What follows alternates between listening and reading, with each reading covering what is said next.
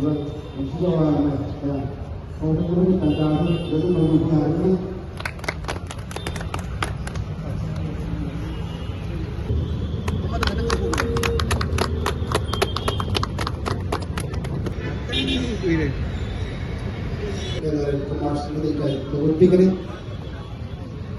मतलब cooperative world में 2 years general देखा मतलब बिगड़ी मतलब cooperative world में 3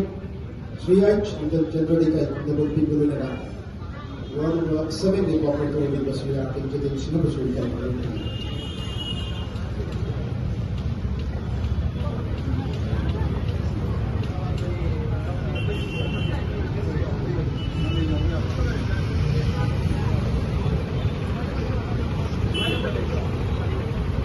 Mayanga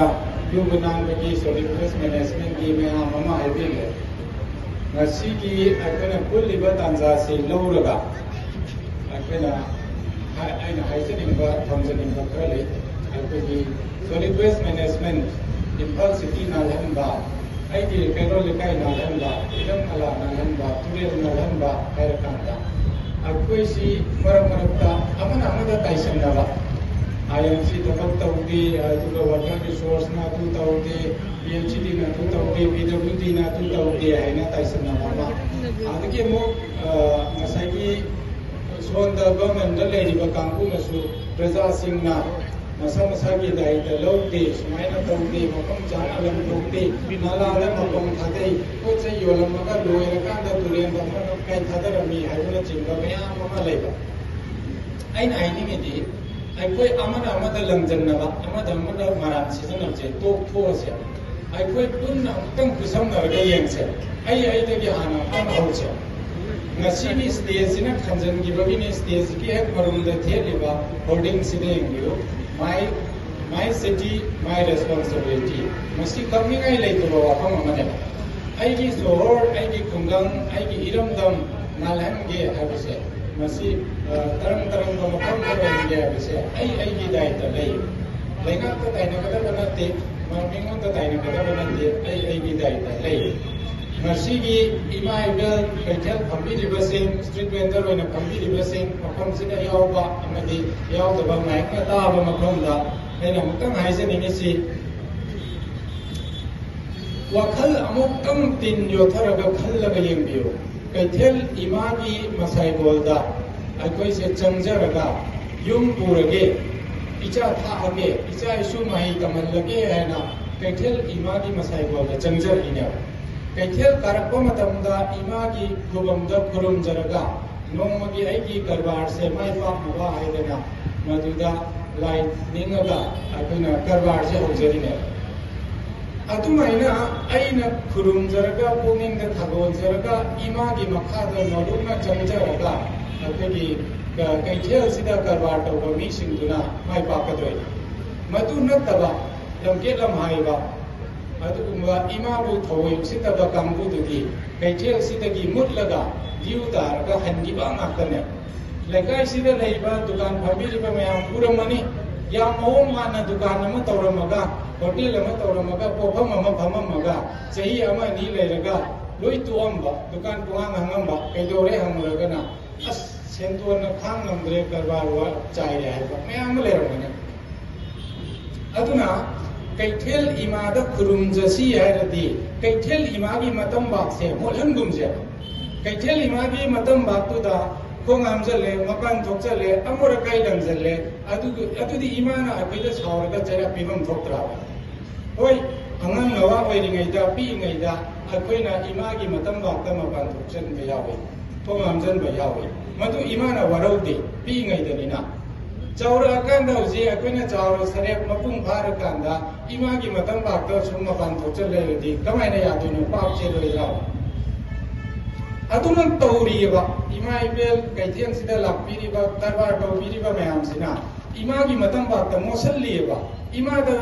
मिनुंसी उत्रीबा व्यवहार थमद्री थोगलोन उत्रीबा अदुरगदि अखैबे कारबार माइ छुंबा पा मसी निंजंग मिनासी अतोपा अमना कैथेल मोले ना नांद्रे अदु तौद्रे अदुगा आई अमना मसी नालन बसुमम गदबनते magic ให้บนนั้นเตะเงินสินาลันละสิเอ็นะคุยไม่ยามสิว่าสักนาระกะให้ยังนองอาลับปัตสุรอกเสียยังตริกลังนั่นเลยยังมาดูบนนั้นเตะคุยไม่ยามปุ่นนะมาตำจังนะปนมินามาจังมาสิกิวันนั้นก็สิดาไอเทลสิดาจับตาริบะไอเทลสิกิมาใส่บอลได้หิมีบะกัมปุนะมาดูดาโจก็ทางลบิวImpal Municipal Corporation ကအခုတာနရကဟောတော့ကေနခန်ဂျရီဘစီဘောဖမ်ဖမီဘအီမိုင်ဘယ်စင်စီတဲ့အယုတာအခုကြီးလေငါနယာဘာပလတ်စတစ်ခေါလေငါနချင်းကြီးဘဒူဒီယာရွယ်လေငါနယာဘာပလတ်စတစ်ခေါစီအယုတယန်ထိုပီရဘာအီမိုင်ဘယ်စင်ကကြီးလောပါယန်ခေယန်ခေလောက်တွေနီကိုပလတ်စတစ်ဆေဖီတပီတွေနေတဲ့ပလတ်စတစ်အမခကကြီးလောပါယန်ခေလောက်တွေနီพุทธมวยนะมันบุตรไอ้ยังสิ่งนั้นเล็บเส้นสนุไอ้นักขันบุตรลูกยังแค่นักขันไม่สิ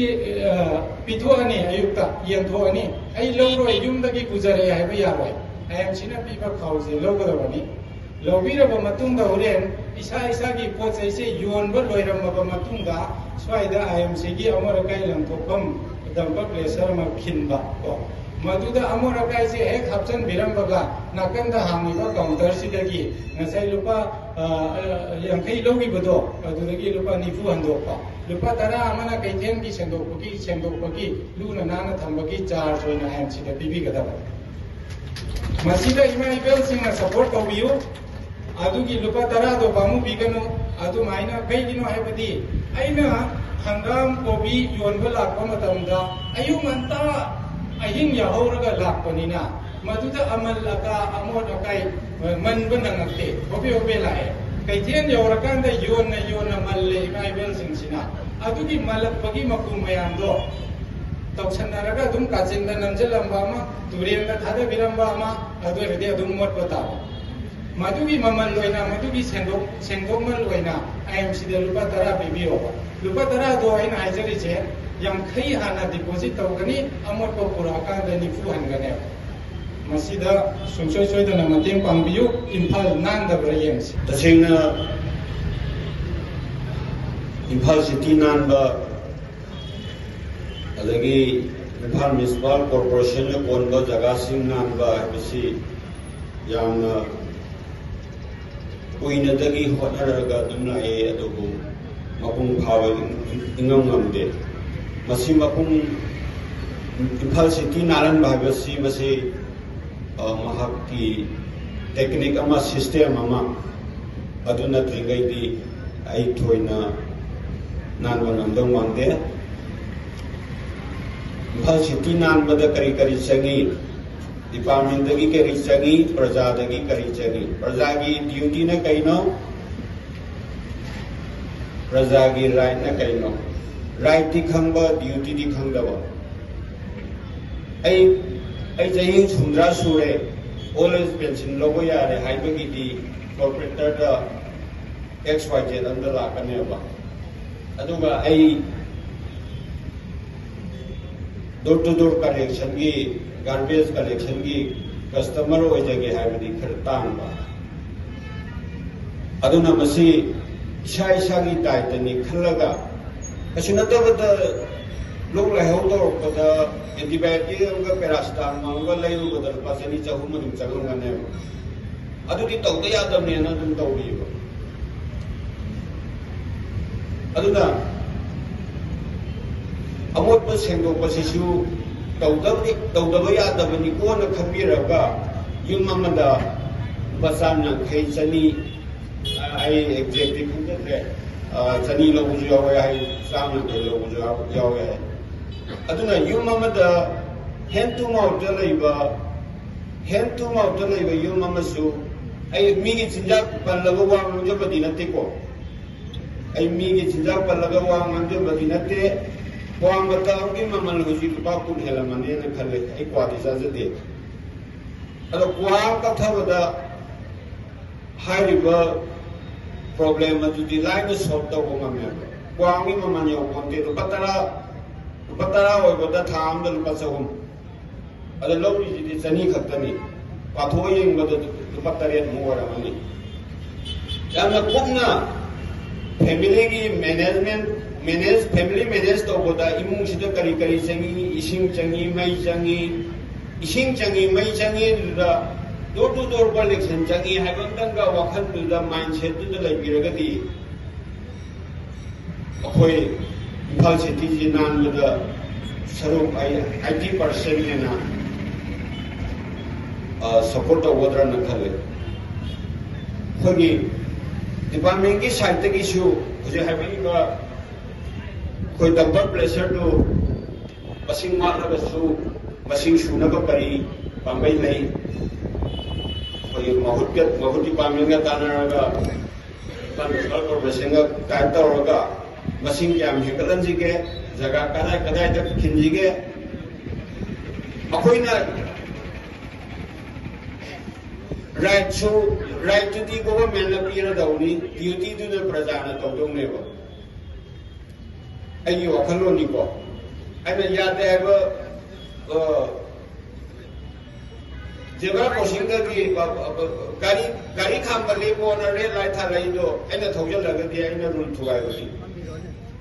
aduna system da rule da chatla ba lai ba adu di chawkhat ba lai ba anan ba lai ba ama adum moi gani pasayam na pai da ba state o jara ga su mi chawkhat ba hai ba state to di o hen ba di sai sa da lai na thojai do ngasigi Honorable one number 4 की corporator कोई गांधी साहब ना ऐसी semi बात होगी 15 finance की 2021 की type फंडगी सेंजरी बा कोई अहलमन senior citizen में आना कथा फॉर्म कोई ना थंबीरी बा